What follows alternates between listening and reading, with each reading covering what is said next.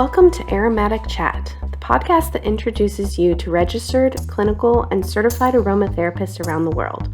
Every other week, my mom sits down with a different aromatherapist to learn about their aromatic journey and how they use essential oils in their lives and businesses. Aromatic Chat is produced by Lemon Balm Coaching, and my mom, Melissa, is your host. She is a master transformational coach and a registered aromatherapist.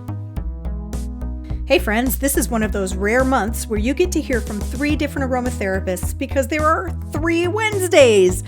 This is the 3rd podcast of July 2024, number 106, Aromatic Chat with Helen Nagle-Smith. Helen is a clinical aromatherapist, author, educator, and essential oil researcher. In the last 4 years, she has written 3 books. Her first book, Working with Unusual Oils Volume 1, was self-published in 2020. Her second book, published by Singing Dragon, Working with Unusual Essential Oils, was released on the 21st of June this year, and she continues her work profiling uncommon oils in this book. Her third book, also published by Singing Dragon, Aroma, Aromatherapy, and Trauma, will be released early next year. She has written numerous articles for different aromatherapy journals and has been a speaker at various different conferences. I caught up with Helen late at night over in the UK, and we had a lovely conversation that I think you'll really enjoy. So let's get started. Well, Helen, thank you so much for coming on to the podcast. I feel honored to have you just because, because of what you're doing in the aromatherapy community with education. So thank you so much. Oh, thank you. Thank you for having me here. It's great for us to be able to do this in person, although virtually, isn't it? Because that's the joy of our global community now, is that we can kind of do that, really. Yeah. Do you remember the cartoon show, The Jetsons? Yes, yeah. And how they all had virtual meetings back then. I mean, that was science fiction at that time, and yet here we are. But it's a little bit like, the sci-fi things where people are tapping badges on Star Trek, and now it's like, it's just on their phone, they're just getting their email on their phone. I know, it's crazy. Oh my gosh. All right, well, let's talk about aromatherapy stuff, not cartoons. But the very first question I always love to ask is just tell us your aromatic journey. Like, how did you end up here writing books and teaching? So I started my journey, I suppose, as a teenager, really, because I did what most people do. You find out about a few essential oils, and I remember thinking very early on, when you get to that sort of that phase as a teenager where you think, I want to use incense or candles or that sort of thing. And I didn't like the smell of incense. I didn't know I was asthmatic as a teenager until I was about 18. So I would really feel it kind of grating on my chest, and I didn't like scents like that, but I really appreciated and enjoyed essential oils, and I used them when I was studying, when I was at university. And so I sort of created this journey, I guess, with smell without realizing it, with smell being quite important. And my dad was a horticulturalist as well, so he was horticulturally trained. So he was always really sort of aware of showing us different plants and things when we would go somewhere. He'd say, "Well, that's a such and such," and I'd never remember it, but it was this connection, I guess, with the plant material and the aroma. And so I think that was probably part of that journey as well. I would remember I grew up in a sort of a village surrounded by quite a lot of countryside. So, smell was really important in terms of things like, we would cycle down to the beach after school and the smell of the seawater. And, so I think it was always there. And then as I left university and I decided what to do next, I was thinking about being a social worker, and I realized that I perhaps wasn't the best person for that job. And I ended up going into the voluntary sector. So I had a completely different career, and my aim was to kind of work my way up through that career ladder and progress to being a CEO of a large national charity. And I loved working in those charities that I worked for, but there was always the difficulty. There was never enough time with people. There was never enough money to do the work that needed to be done. There was never enough resource. And I think after a while, that becomes quite difficult to manage. And I kind of got to the point, I had a little bit of a health moment, which turned out to be absolutely fine. But it was a bit of a turning point for me where I was thinking, what do I do now? Because I realized I didn't want to do another 30 years of my working career that I had left, or however long that would be, in that role. So what would I do instead? And actually, it came to me really easily that actually I'd like to be an aromatherapist. So I looked for a school so that I could train whilst I worked full time, which I think a lot of people do, because we have to be practical. We have to pay the mortgage, don't we? You know. And I trained, and I had that sort of that moment of feeling like I'd come home through discovering aromatherapy, and knowing straight away, as soon as I started my diploma, that actually this was the path I wanted to take forwards. So that's kind of how it happened, really. I think maybe if I hadn't had that moment where I'd been sort of unwell and thinking, what now? You know, I had a really impactful experience with using some essential oils myself. In the bath one night, I was taking sleeping tablets because I was so much struggling with insomnia, and it was really difficult. So I was getting like 3 hours of sleep, maybe a night if I was lucky, and then the sleeping tablets stopped working, and then it was like, well, now what, you know? And the best night's sleep I had was when I used a blend of sandalwood and ylang-ylang in the bath that somebody had given me. It was just so profound, and I just instinctually thought, this is what I want to know about. This is what I want to do. And then it sort of cycled back, and it took me backwards, I suppose, to thinking about, you know, how important smell was earlier on in life. And yeah, so it's become a sort of a bit of a cyclical journey, because now as I get older, I reflect back on that, and having been in practice for many years, nearly 2 decades now, and then writing books as well, I think it's just made me reflect on that journey. And now, as I'm on my allotment and I'm trying to grow some healing plants and things, I'm sort of going back full circle all over again, you know. And I'm now sitting there thinking, oh, if I buy myself a still, maybe I could distill some essential oils. Haven't tried that one yet. So yeah, it's interesting, isn't it, how we get into this journey of being an aromatherapist. Yeah, it really is. I mean, like, I know here in the United States, I want to become an aromatherapist isn't something you hear little kids say. Yeah. You know, I don't know how it is in the UK, but here in the US, that's not even a career path. Yeah. For anyone. Yeah. Yeah, absolutely. And I think certainly when I trained, so I started my training in 2005, I qualified in 2006. We had to, the only option then in the UK was to do your diploma, and you had to learn to massage as well. So massage had to really be your main medium through which you brought aromatherapy to the public. And that brought its own level of difficulties with it as well, you know, for lots of different reasons. And even in terms of longevity of your career, because massage for a lot of people, you know, if you Google it, you know, you see sort of, you know, the typical lifespan of a massage career is 10 years. Well, that's not really great to hear. Luckily, that's not been the case for me or many people I know. But yeah, it's an interesting journey, because I didn't, yeah, like you say, I didn't grow up thinking I would do it, and it's certainly not. My daughter knows what an aromatherapist is, but I'm not sure that many people would be really aware of it as small children. I think the tide's changed. I think people are more aware of alternative and complementary experiences now, and I think people are more aware of looking after their own health and taking some responsibility for that, because, you know, the difficulty is, the reality is that healthcare, you know, in the States, you've got healthcare costs money, doesn't it? And in the UK, although we have the National Health Service, we have horrendous waiting lists. We have, you know, it can take me weeks and weeks to get a doctor's appointment, and I can have to phone 8-9 times before I can get one. So I think there is a a curve towards people taking more responsibility, and part of that is about then wanting to use aromatherapy for themselves, and doing so in a way that feels informed as well, and safe, but also interesting and fun and creative. And because, you know, I think instinctually, I think at the moment, I think humanity is kind of craving this need to get more in touch with nature. You know, we've filled the earth with loads of plastic.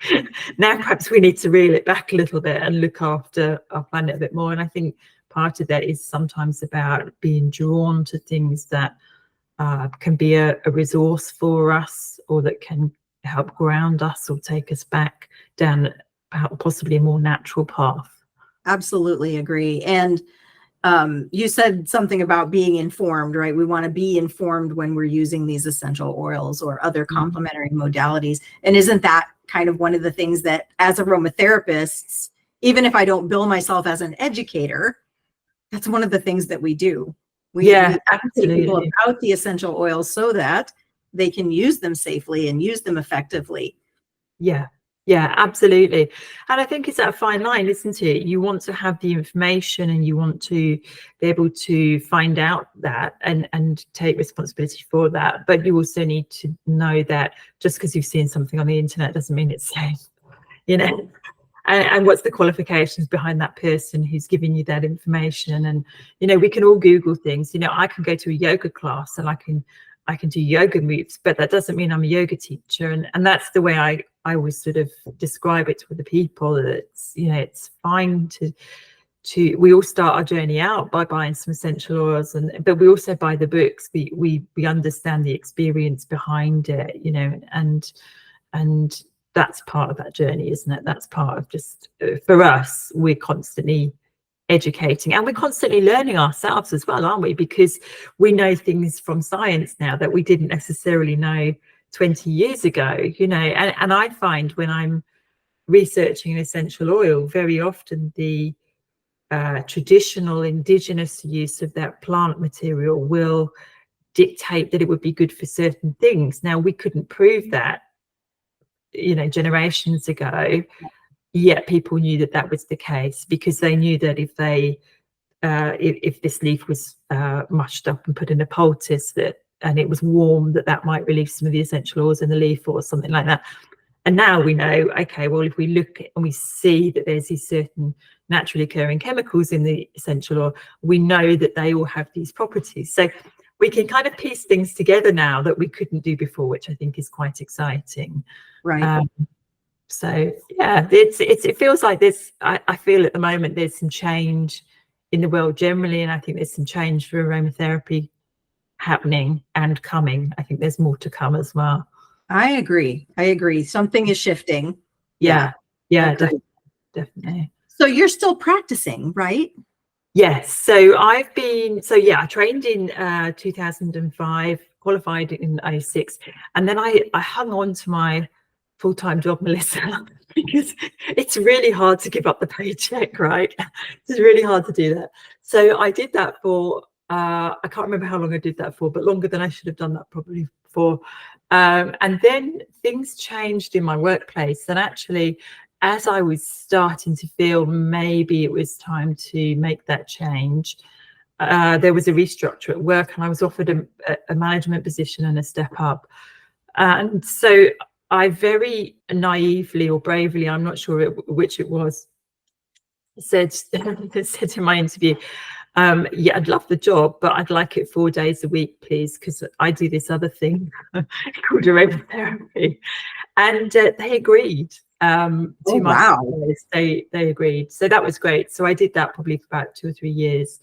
And actually, that was really helpful because that gave me a lot of understanding about things like working with budgets.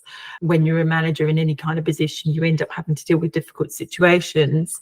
And you know, the reality of what we do is customer facing. So as aromatherapists, we sometimes have to deal with difficult situations. We have to, you know, I've had a phone call from somebody asking for something completely illegal and inappropriate that they're not going to get from an aromatherapist. But, you know, you have to know how to deal with that. So in many ways, it gave me the confidence, I guess, to take that plunge.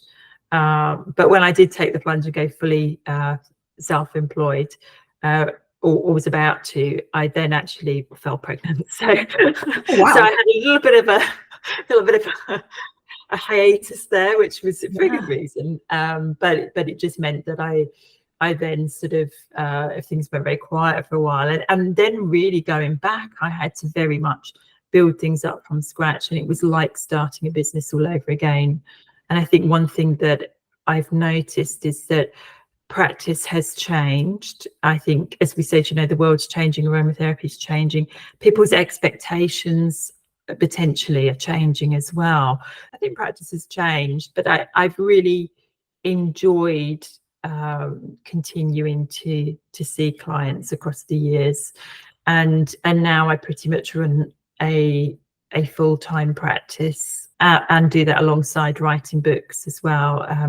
Less education now, less teaching now at the moment, but yeah, there's been some of that in the last few years as well. So it's quite a mixed bag, I guess, what I do now. But I find that actually that regular work with clients really helps inform my work when I'm writing as well. What led you to write your first book? Because writing is a process. People don't, I mean, I don't know if people realize how difficult birthing a book is. Yeah, absolutely. And it's painful. It's really painful.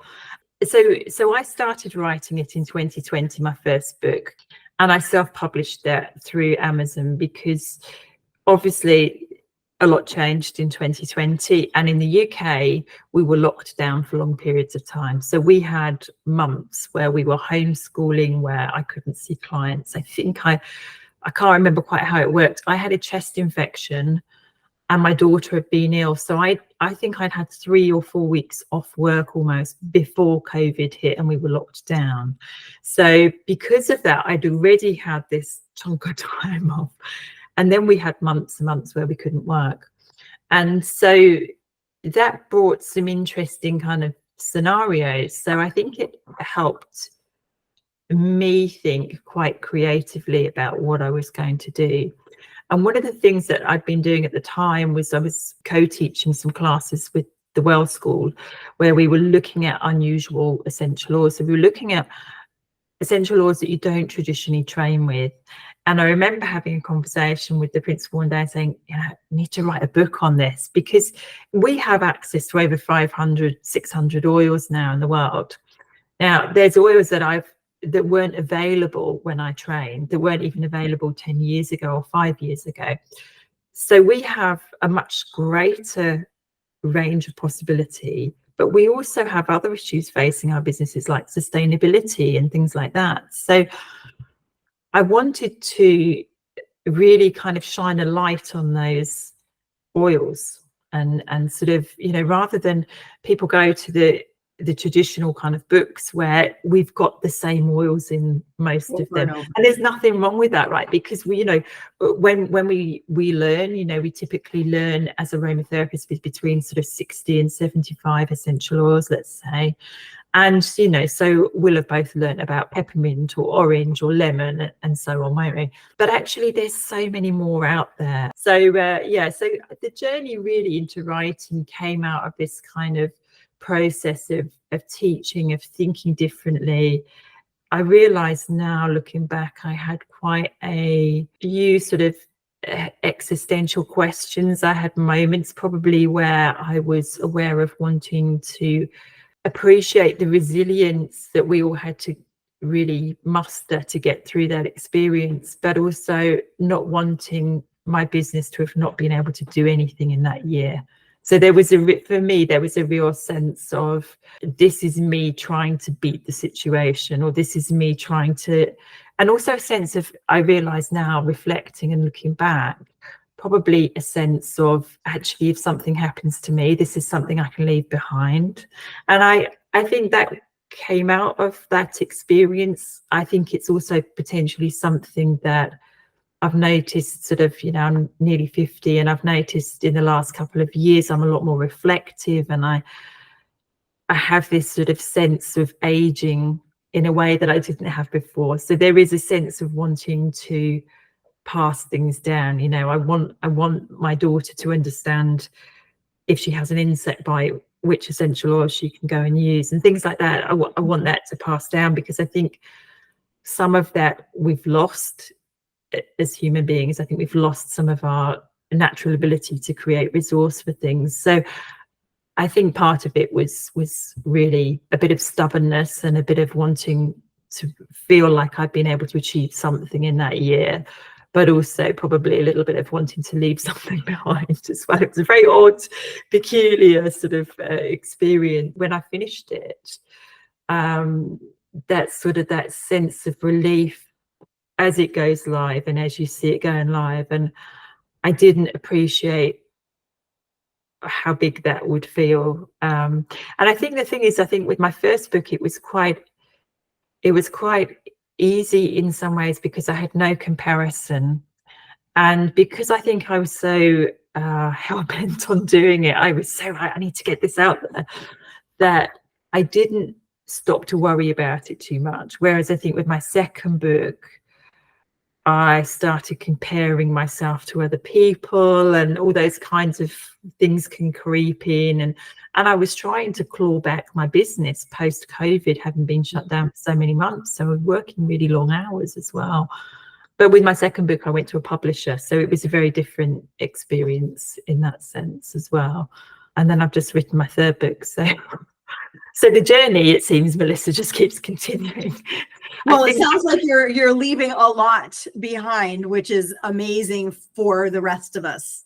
Well, I think to be honest, I feel quite passionate now that actually I think it's something that more of us should consider doing. And I don't think that necessarily needs to be in that written format. I think things like, you know, you do your podcasts and people do vlogs, and I think there's lots of different mediums you can do that. I think people do that through teaching as well, so that you kind of get this lineage kind of knowledge being passed down. You know, what's been passed to you gets passed to somebody else. You do it through your families. I think there's lots of different ways we can do that successfully. But I guess one thing that I've realized is that actually, if you feel that there's something creative in you that you feel would be useful to put out there, and it doesn't have to be useful to the entire world or anything big like that, it just, you know, maybe it's just something that you feel would be useful, or it's your learning, then actually that's maybe that's helpful to get that out there.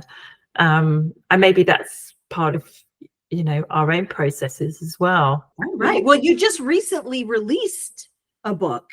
Yes. Like within the last few weeks. Yes. So in June, my second book came out. So that's Working with Unusual Essential Oils. So that's published by Singing Dragon. So you can get that worldwide. You should be able to order that from any bookshop, but you can also get it from Singing Dragon and from Amazon as well. And it's also available in electronic form, which I think is really important. Yeah. So it's exciting. It's really exciting to see it come out and be in the world. It's very different when you go with a publishing house, though, because the process is very long. Mm-hmm. So with my first book, I really wrote the bulk of it in about a 10-week period, and then the rest was about editing and refining. Whereas my second book, I started writing it in 2021. I handed it in 2023, and then it takes a year to come to publication. So, and in the meantime, I've written my third book on aromatherapy and trauma. So that's a completely different leap to somewhere else, rather than, you know, researching essential oils and honing in on those profiles. It's quite a different kind of departure. So it's really interesting seeing it coming out now, because my head's already starting to think about the fourth book. Right. And is your third book also going to be with Singing Dragon? Yes, so the third book will also be with Singing Dragon as well. Yeah. And then I've given myself a promise that I won't write anything for another year. But I've been doing some other bits and bobs as well, some other projects. I've been doing some editing, which has been really interesting and quite exciting recently as well. So earlier you said that a massage therapist's life is usually about 10 years, but that hasn't been your experience, and some other people that you know as well.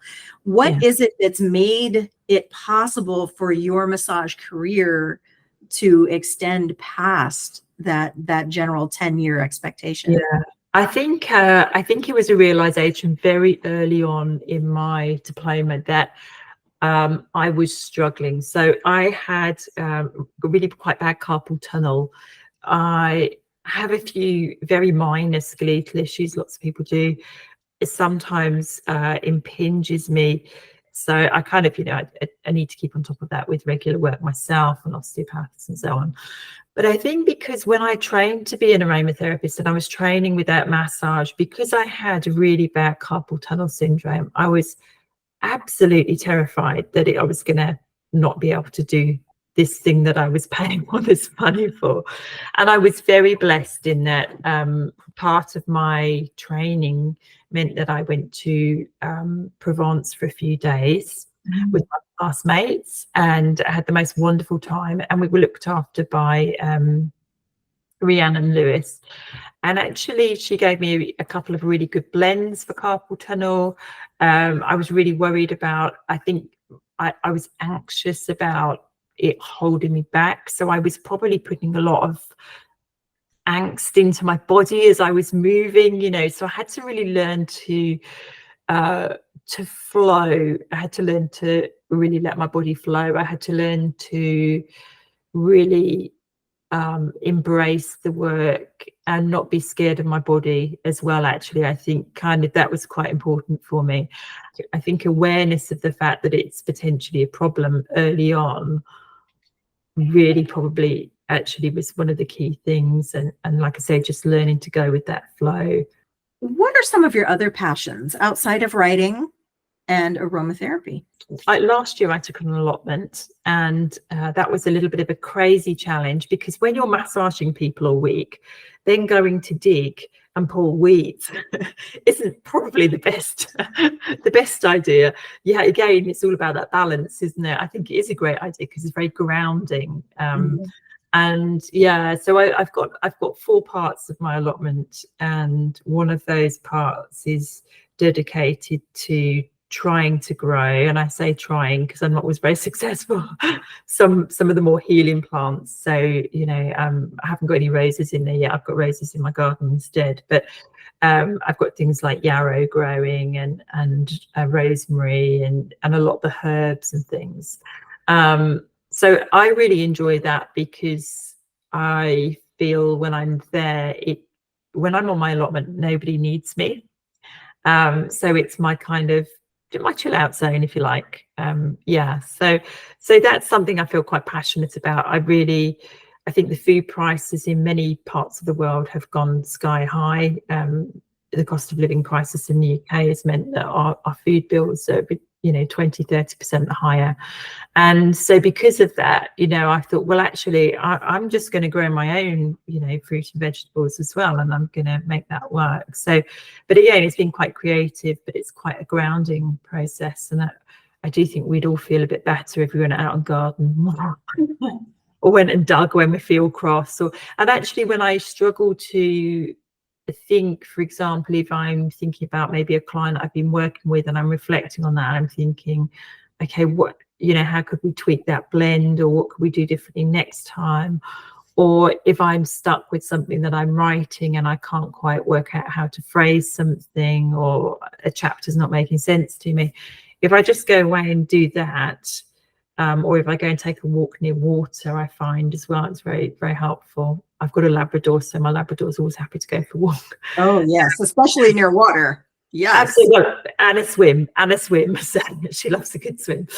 Yeah, I think that's what I feel most passionate about probably at the moment. And I think also as well, actually, I've become far more socially aware as well. As wanting the world to be more equal, I suppose, is something I feel quite passionate about as well. And something that really worries me about aromatherapy is how can we make it more accessible to people that can't afford it? Because this is a really big issue, isn't it? I think, it's still very much seen as a very middle class, nice treat, and we've had to work really, really hard to move away from that perception that it's a nice fluffy treatment. Well, and one of the things that I've seen recently in my own practice is the people that are wanting aromatherapy are wanting it because they can't afford medicine. Yes. Yeah. They're struggling to get the medicine, or they're over medicated and they don't want it anymore. So like, Yeah. Yeah, it's a Yeah. weird place to be. Yeah, and sometimes dealing with really horrendous side effects of the medication as well. So, you know, that means that they can't sleep, or they're feeling really quite wired, or they're stressed, or, and I find quite a lot of clients that I'm seeing at the moment are coming to me with issues around anxiety, overwhelm, very much feeling overworked. So, you know, I asked somebody earlier on, when do you rest? You know, when do you stop? And she said, when I'm on the couch. But the reality is, yeah, that I think I would love us to be able to do more kind of community projects. I would love to see more funding for that. I would like to see how we can make it much more accessible. But you're right, yeah, a lot of people are coming because actually, you know, I mean, in the UK, we don't have to pay for our medical care. But the reality is that actually, if your waiting list for a hip operation, for example, is 3 years, what do they do in the meantime? You know, and so, yeah, they come for an aromatherapy massage because they know that the act of the massage will feel helpful to them. But also, you know, we're going to use essential oils that are going to help with some of those symptoms that they're experiencing as well. So it's really difficult, isn't it? Because, you know, we can't, certainly in the UK, I think we see it integrated in health more in terms of palliative care. But we know that, you know, we can do so much more for people than we're able to do at the moment. And it's difficult because as aromatherapists, we have mortgages to pay. We have, you know, school uniforms. We still have to eat. Yeah. Yeah, you know, all those things. You know, yeah, the cost of living crisis affects us as well. You know, my electric bills are horrendous because my washing machine's always on, and things like that. You know, we're all experiencing that. So it's difficult. I think it's a dilemma that we'll kind of struggle with more, and maybe we'll see some change in that over time. So what are you working on right now that you're really excited about? So I think mostly at the moment I'm marketing the second book that's just come out, because, you know, a book can sit on Amazon, but you need to remind people that it's there in order for it to sell, I guess. So yeah, so I think I'll do some more social media around that in particular. Done the first proofread for my third book as well, so that's been really exciting, because it's really difficult when you send it off and you wait those few days for the editor to come back and you're like, oh, has it hit the mark? Have I missed the mark? Is it okay?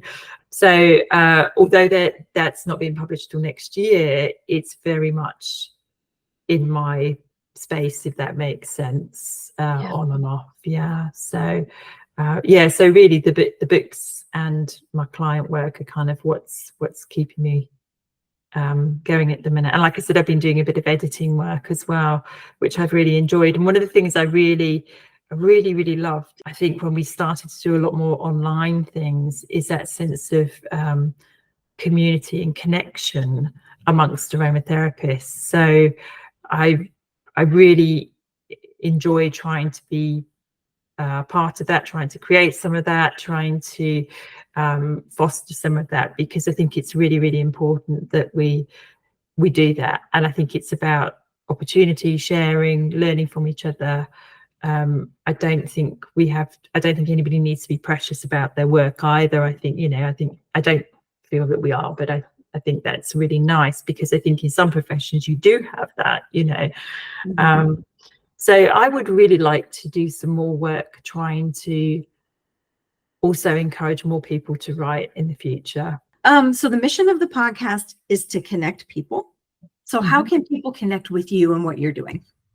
So my website is aromatherapywithhelen.com. So nice and easy to find me there. And also I'm on Facebook and Instagram as well. Again, Aromatherapy with Helen. Excellent. And also on Amazon and Singing Dragon. Absolutely, yes. So the books are there, and there's good descriptions of the books as well. So and the wonderful thing about Amazon is that you can also you can read a little bit of the book, so you can see the chapters, so you can see what oils are in there as well. Because for me, that's half the fun of it. I really like it if I read an oil and I think, oh, I don't know about that one, and it gets me excited. So yeah, I quite like being able to And I just want to encourage everybody, if you do pick up the book, even if you didn't buy it on Amazon, go leave a review, because those reviews are so helpful for the authors in getting the word out about their books. So. Yeah, absolutely, Melissa. It's really important. I think it's really difficult for us to continually try and understand algorithms. I think we do the best we can, but we know that the more reviews you get, the better. Yeah. It tends to be in terms of, just people finding it, Excellent. So as we come down to the end of our time, I just always love to hand the floor back over to my guest. If I missed anything, or if you have some words that you'd like to share as we close out, this time is yours. I was reminded of, because in your preparation questions, you ask some really thought-provoking questions, don't you? And I was really reminded of when you sort of said about, who inspires you and what words inspire you and things like that. And something that kept coming to mind, one of my friends recently retrained. She's in her early 40s as a nurse. And I was so proud of her for doing it, because she'd come from quite a different career and a different background, and to then change that around completely, when you've got children and lots going on in life. And I was looking for something to buy for her, and I kept seeing this quote, she believed she could and she did. And for me, that kept sticking with me. And just in the last week, just reflecting on things, if I look back now, it seemed like an extraordinary leap of faith to change careers. It seemed like an extraordinary leap of faith to decide to write a book when I'd never written a book before. I had no idea what I was doing, Melissa. I was kind of like, oh look, I can do this on Amazon, and I just kind of did lots of Googling and sort of worked it out, really, to be fair, with the help of my husband, who is very good technically, so that really helped me. But yeah, I think sometimes actually just remembering that whatever you start out with doesn't need to always be that way, and the path can change, and that's okay. And I think it's really difficult when you see society in a difficult place, or you feel like your business is going through a little bit of a rut, or we have something that constricts us, like we did with the pandemic. But actually, sometimes that's an opportunity for changing things up and thinking creatively and thinking outside the box. And I think my experience of a lot of people who are self-employed generally, but also I think amongst aromatherapists, is that actually, we can do things differently, and that's, we're quite tenacious in that sense. I had a real sense of nobody and nothing is going to take my business away from me. I will decide when I stop working. So for me, that sort of sense of that saying, she believed and she could, it keeps coming back to me, because I think if we can hold on to that while we're working, if we can hold on to that when our times are hard in our business, or when things are difficult in our career, or we're taking a change, or we're deciding, do we want to even be an aromatherapist anymore? Because sometimes that even comes up as a thought. I did think at one point in my career, actually, would it be easy to go and do something else? And that's okay. But actually, if it feels right to stick with it and you think you can do it, just go on and do it and just see what happens. Oh, Helen, thank you so much for coming on the show. What an honor to sit and chat with you tonight about your history, your path, and everything that you're doing in aromatherapy. Thank you so much. Oh, thank you so much for having me. I'm a really big fan of your podcast, so I really, really appreciate it. Thank you. Thanks for listening to this week's Aromatic Chat episode with aromatherapist, published author, educator, and researcher Helen Nagle-Smith. Check out the show notes for all of the links mentioned in today's episode. Regardless of which platform you use to listen to the show, there are a couple of places where you can leave a review: Apple Podcast or Podchaser. I would be honored if you would take a moment to leave a review for the show. Over on Podchaser, Jackie of Infinite Aromatics and a past AromaticChat guest said, I really appreciate listening to all of the different aromatherapists that Melissa interviews. She listens intently while they share their story. I've learned more about the people behind the scents than I could have just watching their social media channels. For instance, I have followed one aromatherapist on the podcast for years, but never knew how or why they are an aromatherapist. After learning their story, I have even greater respect for all they do. Thanks, Melissa, for allowing people to speak and be themselves. Jackie, you are so very welcome, and thank you for your review. Aromatic Chat is produced by Lemon Balm Coaching. I'm your host, Melissa. I help my life and wellness clients move from feeling overwhelmed and exhausted to experiencing peace and energy. A former client said, and I love this, she cracks me up, Melissa is the step back and see the big picture advisor, the breathe through the hard stuff guru, the situation reframer. From the coaching to the aromatics to the energy work, she helped me reframe and refresh my perspective. Are you ready to reframe and refresh and restore your life, business, and well-being? Visit the link in the show notes to take the next best step toward total wellness. I will see you next week with my take on July's episodes. Until then, peace, love, and aromatics.